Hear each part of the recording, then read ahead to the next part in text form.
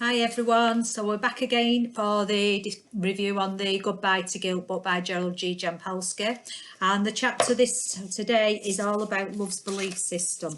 And Gerald admits that he still hears the chatter of doubts and uncertainties in his ears, which is his ego. In the depth of his heart, he knows that God's love is the answer to all his problems. When he permits himself to experience God's love and he gives unconditional love away, he is sane and at peace. But when he experiences fear, he's insane, riddled with doubts, uncertainties and worry, and he feels unloved and unloving. He goes on to explain that he was seeking and searching in all different directions and places. And he admits his spiritual practice is far from consistent. He knows that God is directing his life and that the peace of God is his goal. He says to be aware that sometimes we can get temptation to make condemning judgments, which makes peace of mind disappear. He resists the temptation to judge others. He sees from them as teachers of forgiveness in his life. If we have love, it shows the way to have trust and faith that the love will dissolve all difficulties and misunderstandings. To live in love is to believe that there are no accidents, no coincidences, and everything happens to us to provide us with a lesson. He said a friend of his says a coincidence is a miracle in which God wishes to remain anonymous. I personally do believe that people and opportunities are brought into our life when the time is right for them to be there, and we have to learn from them, and you can be there to help us move forward with our life and whichever way we need to be going. And if we choose to live in love, this is living in the freedom of simplicity. If we become defencelessness, this shows what strength we have.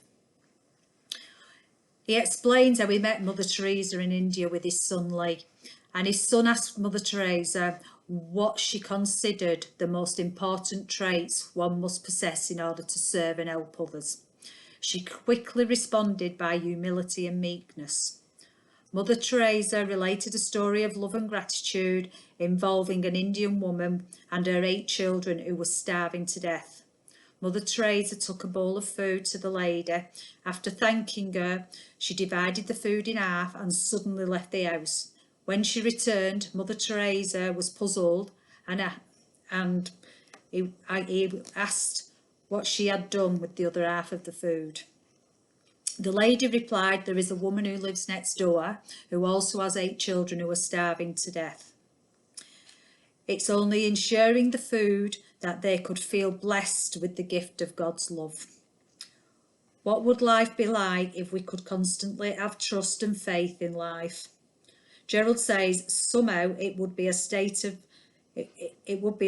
mind in which we have no worry, we won't feel depressed, and we wouldn't have anger. If we had trust and faith, we would experience peace, love and joy all the time. Gerald says it's amazing how many people there are who don't remember having even one instance of peace and joy in their lives. Can you remember any? He says we can imagine having the experience for just 1 second.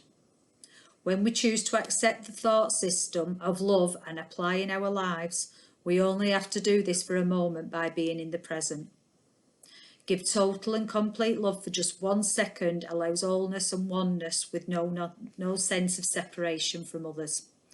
Now, until recently, I would have said that I don't recall having any kind of peaceful moments, but over the last 12 months, yes, we've been in the middle of a lockdown, but over the last 12 months, when I've been out in my walks and been out in nature, I've been able to be in that moment and just taking in what is around me and just being at peace with my surroundings and not worrying about anything else. So, and it's a lovely place to be. I think some of you might have actually seen my video in my group with Transforming Your Lives the other week when we had the snow, and that feeling was just, I'd never felt like that. I'd never had a feeling like that before in my life. Not that I can recall, but I can remember that feeling, and I will savour that feeling of that on that day forever. So we'll get back to this. So we give total and complete love for just 1 second, allows wholeness and oneness with no sense of separation from others.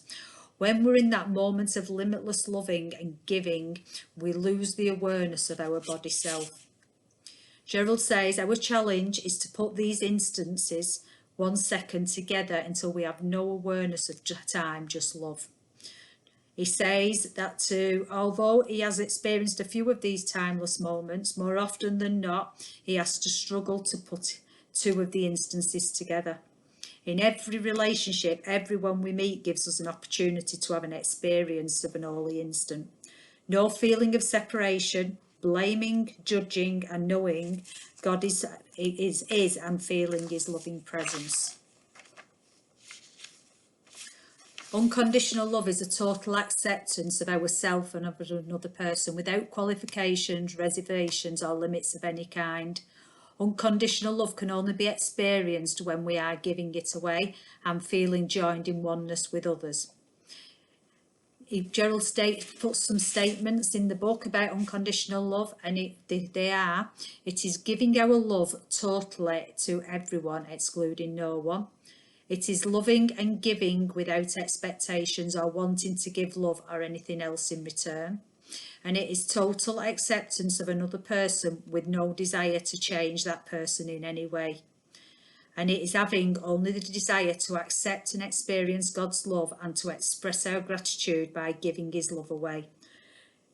He also explains about a time when he was lecturing in New Zealand and he was offered an unusual opportunity to attend a Maui Indian tribe. He learned that the tribe had one word for love, and it was Aurora. And the literal meaning of the word is unconditional love. He found these people to be most loving and is not conditional or limited to their families. If help was needed, it was given regardless of who they might be.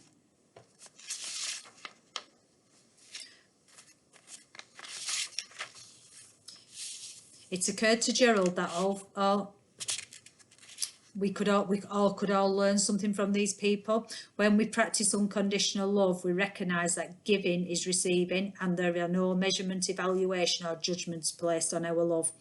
He goes on to explain jealousy, possessiveness and competitiveness are basic characteristics of the ego, giving to get form of love, and these are totally absent when we have unconditional love. And how do we accomplish unconditional love? By letting go of all our guilt and not projecting it onto others. Forgive and let go of the past. Staying in the present and living in the joy of now. By not making demands on anyone. By resisting the temptation to judge. By giving all our needs and wants and desires and feelings of scarcity to our inner teacher and letting the voice of love transform them into fullness and wholeness. By making each moment an opportunity for offering forgiveness to someone in our lives and for seeing everyone as our teacher. This giving ourselves the opportunity to practice and learn the benefits of forgiveness. By feeling the love of God within us and reminding ourselves of our thankfulness to him and for the completeness of his internal love, and by recognising that when we know our identity is love, we have no need except to extend that love endlessly. Gerald also explains that when we use our intellect to analyse, we are not able to experience true unconditional love. Only our hearts can do that. He goes on to just, as an immediate appreciation of a beautiful sunset, to analyse and compare it to another sunset. God being love is beyond words and can only be felt when we let go of our needs. So literally, if we were watching a sunset and we are in that moment of enjoying that sunset, to actually sit and compare it with the day before sunset or another sunset which you saw elsewhere would just completely destroy the moment of seeing that sunset at that moment in time.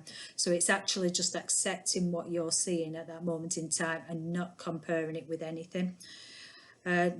So God's being love is beyond words and can only be felt when we let go of our needs for categorising and evaluating our experiences.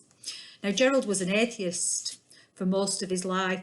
And he says God was a negative knee-jerk word. He would turn off and he'd stop listening or just leave. He says some people feel God or the religion have let them down, so the spirituality is a sensitive one to people. He says to see God as simply a non-physical love force that is not vengeful, judgmental, nor punishing, only loving and forgiving.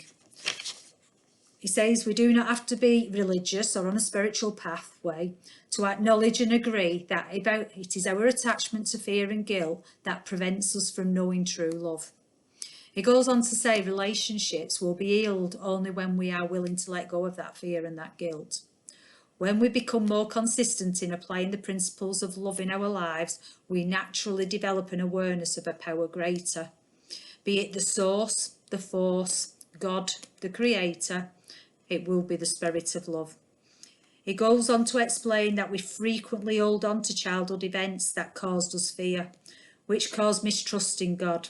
He describes an experience he had in a World War I plane, where he was invited to go for a trip in this plane. He explained his heart was pounding with the fear. The plane was like a stunt plane, and all his childhood fears of the roller coasters being terrified came through to his thoughts.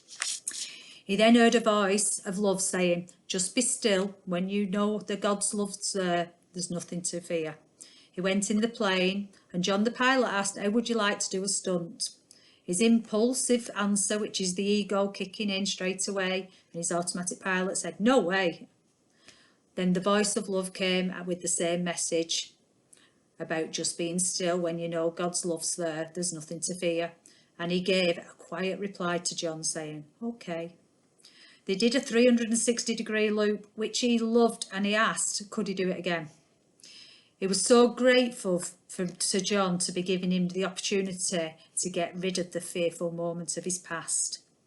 He goes on to say his rational mind, his ego, still has daily fights with God, but at the same time, he seems to have more and more moments of divine awakenings, peace, certainty, and serenity.